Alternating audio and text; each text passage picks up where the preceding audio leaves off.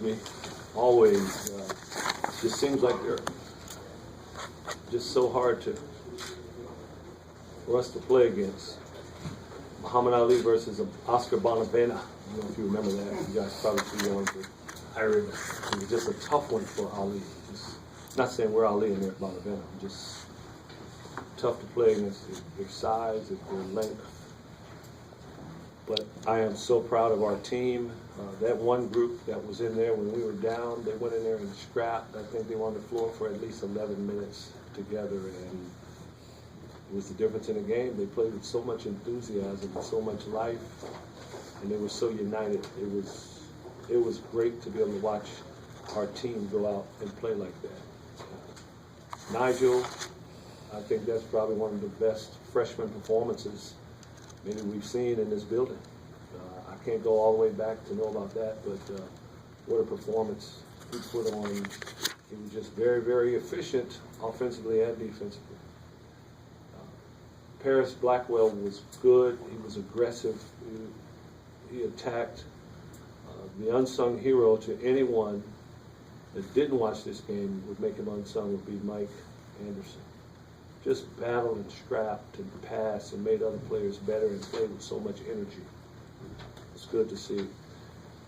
In a game where at Moreland is a pretty tough guy to score against, and in a game where they were really paying close attention to him with Moreland, it was great to see other guys step up.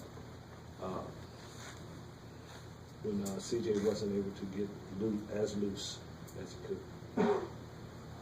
Was that, you mentioned it in the history of the building, can you think of a better freshman performance for you here at Washington or in your coaching career? B. Roy against Arizona, first game of the season, second game, conference, he had 35. It's a good game. That was pretty good. I'd have to go back and really give it some thought, but I thought that one was pretty special. Coach, this one about as good as that one? In terms of the whole game, I mean, CJ's, as a freshman, 24 and a half, right, was pretty spectacular in its own right. And I think in a competitive game, highly spirited game, to play so efficient, play the efficient basketball he played, I thought was pretty good. So he sees more than 6'10" on Wilcox. Is that, do you need to tell a guy like Nigel, hey, if they're going to do that, the middle's got to be a free driver, or does he take that upon himself? Nigel, throughout the game, is making comments that are so applicable to the game. So something like that he would see doesn't surprise me. He notices, he's a very heady player. He notices a lot of things offensively and defensively out on that floor.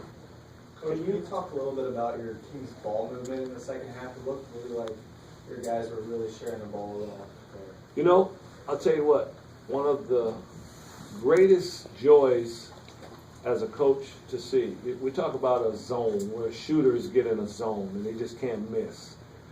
When those five out there playing are in a zone, that's what you see. You see defensively, everyone's in sync, in unison, moving together. You see guys battling on the boards together. As big as that team was, we out-rebounded them in this game.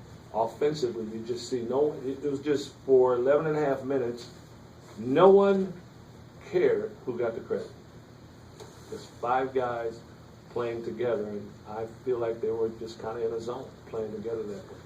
You know, we left them in. Maybe they got winded down the stretch a little bit, but I just thought that was the difference in the game, the way they played. And you know, Mike Anderson, a couple rebounds he got, just a couple just gritty plays he made, kind of got us charged up, and then there we went. Can you talk about what Kemp gave you? He was out there 20 minutes today.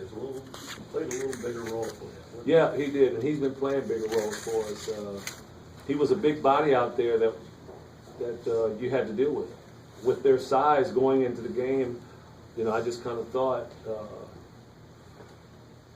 when they had two of their real big guys, Grant and Collier, they're two strong guys, we probably have to play Sean more tonight.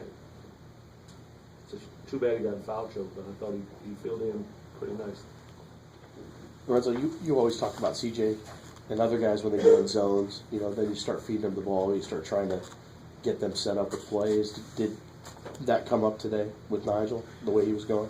Here's the thing. I know it's high school and it's not college, but when he was in high school, that's what he would do. The bigger the game, the bigger potential for him to do something like that. He just kind of gets, he's very aggressive. All of a sudden, I just think everything opens up and the game is in slow motion to him where he can just see it. And I think he was in one of those zones. He wasn't in a shooting zone, although he was 3 for 4 from 3. He was just in a zone in terms of playing at a high efficient level. And I've seen that before. Coach, what makes his runner so tough to stop? You know, him and I were talking just recently. I said, man, where did you get that?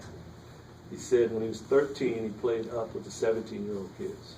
And the only way he can get his shot off is to shoot the little float. The only way he could do it. So he shot it so much he perfected it. And what he's able to do is create a little space, knock you off, and then when the next guy comes, he's able to float it right over the top. We're all going to notice the 32 points, but how big is it that you get 0 turnovers in Bruce?